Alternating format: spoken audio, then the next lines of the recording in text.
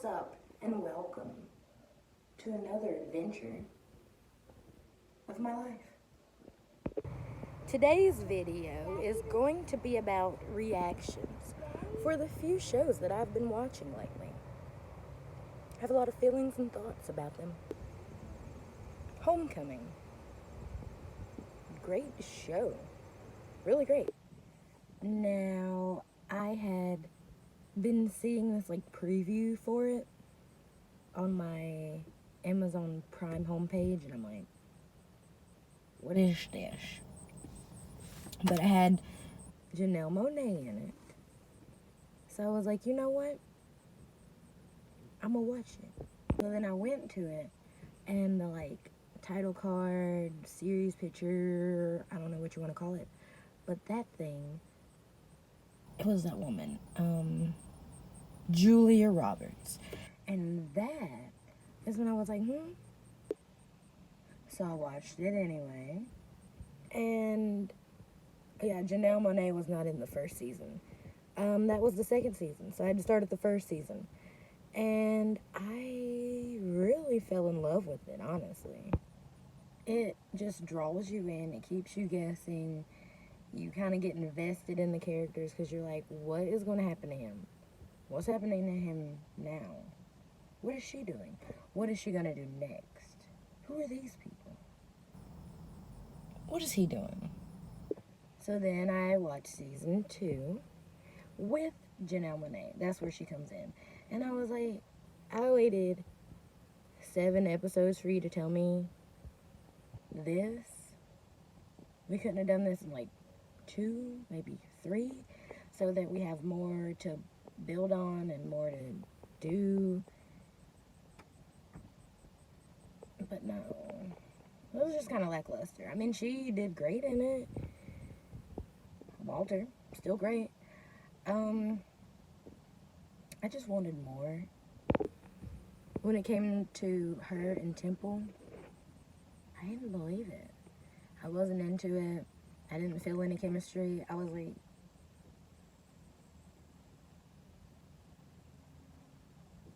where's the love? I didn't feel it. Couldn't find it. I am also currently watching The Boys. I watched season 1 a while back, and I loved it. I thought it was great, and I was really excited for season 2. And then season 2 started, and then I wasn't excited for season 2 at all. I just feel like that I've seen enough of the whole Nazi, racist, unlikable character, and I'm tired of seeing them. I feel like we could do better. We could put more people in different roles and this and that. So, I mean, if you want to watch it, that's cool. I'm still watching it. My husband's still invested in the show. I'm just not. Stormfront's character is completely turned me off of the show. I'm not interested.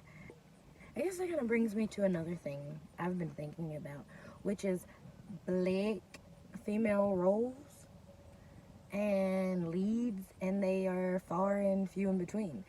And when there is a black female lead, they change it to a biracial female lead. And I'm not saying, oh no, biracial people aren't black people. If you want to identify as that, that's dope. Do you? I have biracial children. But the thing is, they're also white. Yeah. So, to cast a biracial person in a black female role, it is showing that this light-skinned black is good enough, but this dark-skinned black isn't. And let's not forget that that light-skinned black is also half white. You can't just overlook half of somebody's culture just because it's convenient. I wouldn't want somebody to do it to my kids, and I don't expect to accept it being done to me.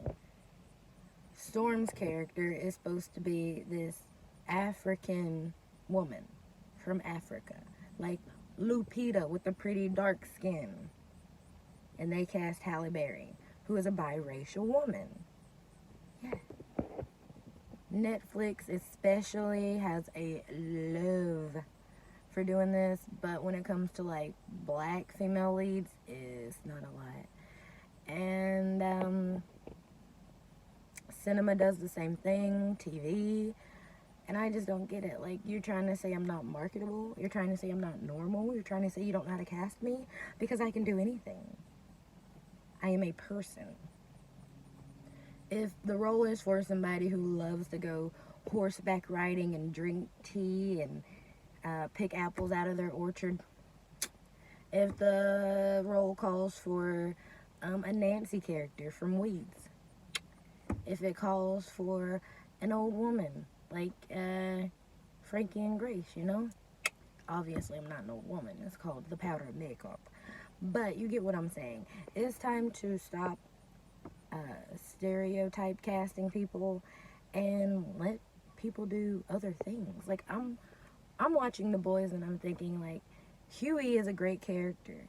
He's not doing a bad job, but I also think that Donald Glover would nail that role and bring a little something to it. I just really think that I'm ready to see more diversity on the screen.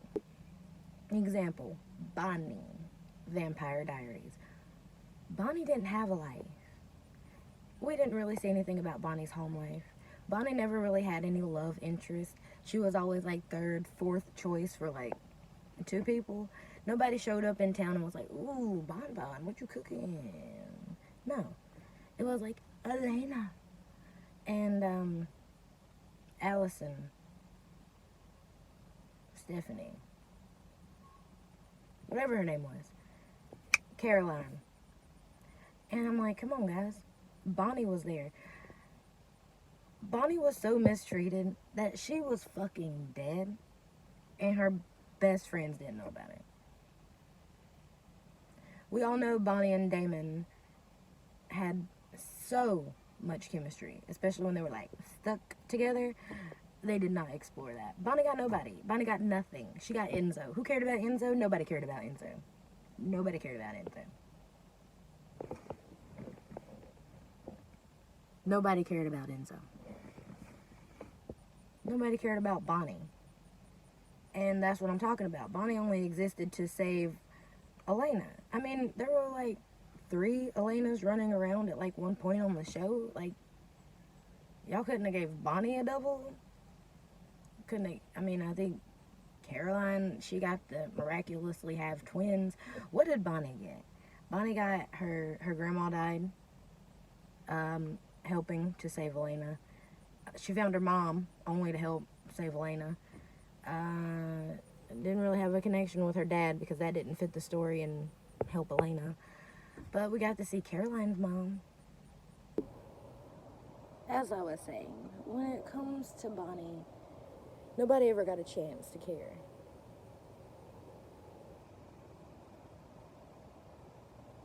And that's a problem. There should be more female leads of color that get a chance to be cared about. And I really mean that. And I don't just mean ambiguously black like me. I also mean Native American, Asian, Indian. It's time we've seen more of these people. And not just the ones that are funny, you know, the ones that they make have accents. There's so many Asian actors and Indian actors that they make carry these funny little accents. And they only let them wear their traditional clothing so that they can be made fun of. And people don't see anything wrong with that. Which is why we need more diversity. This is a total tangent. It just really brings me back to my whole big picture. I imagine a day where there is a company like Disney who reaches so many people but are far more diverse. I hope to one day be a part of a company where not only do the princesses have stories, but so do the princes and just the peasant folk and people who don't want to be labeled male or female. So a company like Black Productions would have cute little animated stories where you have a prince and he has a story and he doesn't just show up to marry people. Or you have a princess and kind of like Elsa, she doesn't need a man, she's just gonna do it herself. And I know there was people who thought, oh my gosh, they only put black people in Elsa to appease the colored folk, completely forgetting about the Nordic people being into the slave trade. So yeah, there were definitely darker than white people walking around in those type of areas in the 1800s. It's a little past time that the world got with the whole notion that slavery touched more than just America and it has more effects than just, it's over, you know? So that's the kind of thing that we really need to think about when we're casting and doing these type of things. You see, the reason is there's not a lot of representation. As a black woman, I've been portrayed like 3 different ways, like angry, pregnant, or fighting. Yeah, the media doesn't really have that like successful, athletic, weird, nerdy type of tropes for gals like me. If you say girl next door, people don't think of the brown girl next door, and that is the branding. If you look throughout history, 1940s, 1950s, 1960s, you have to search for the black, you have to search for the Asian, you have to search for the indigenous. The history of America would easily get people to say that it was just white people, because that's all they had on their posters, their billboards, playing music in office. And it's the melting pot. Tangent over. We were talking about shows. Homecoming, great show. 2 thumbs up, recommend. Lovecraft Country will take me a while to watch because it takes me a while to get through things like that. I will also say Homecoming was great. Don't know if I will watch Antebellum. Ooh, some of those scenes I was just like, ooh. And The Boys. Still watching that. Don't know why. So I'll conclude this video with saying, I like to watch stuff. Glow Up. Late, I know. But I watched Glow Up. I think it was season 2. James and Ophelia, that season. And I was all about it. Let me tell you. I absolutely love James. James, I love you. You are awesome. Your determination, your creativity, all of it. I love you. You're a great person. And then there was Ophelia. And Ophelia, hi. Hi, girl.